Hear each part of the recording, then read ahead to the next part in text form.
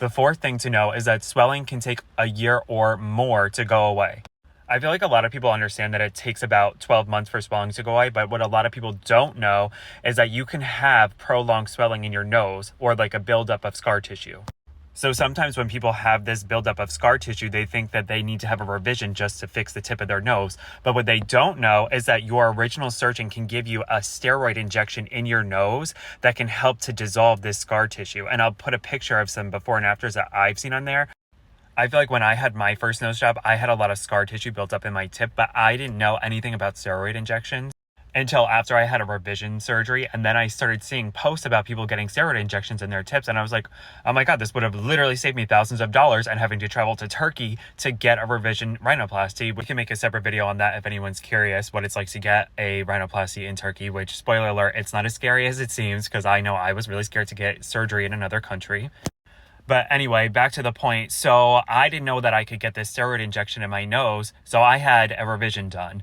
But I have the same issue again, as I have buildup of scar tissue in the tip of my nose. But because my surgeon was in another country, nobody here in the US will touch my nose. And if they will, they're going to charge me an extreme amount of money. I just got quoted here in New York City to get a steroid injection in my nose. And they quoted me $1,300, which is outrageous. So yes, if you're unhappy with the way your tip looks, then you should definitely talk to your surgeon and see if you are a candidate for a steroid injection. I believe they're called Kenalog injections, but don't quote me on that.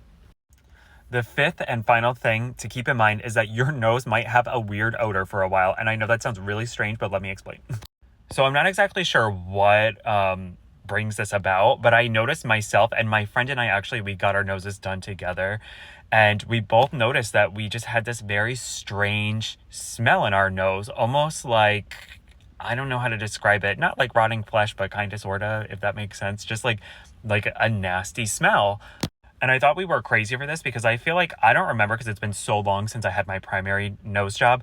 But I have seen another creator on here actually talk about this, and I saw people in her comments were like, you're crazy, my nose never smelled.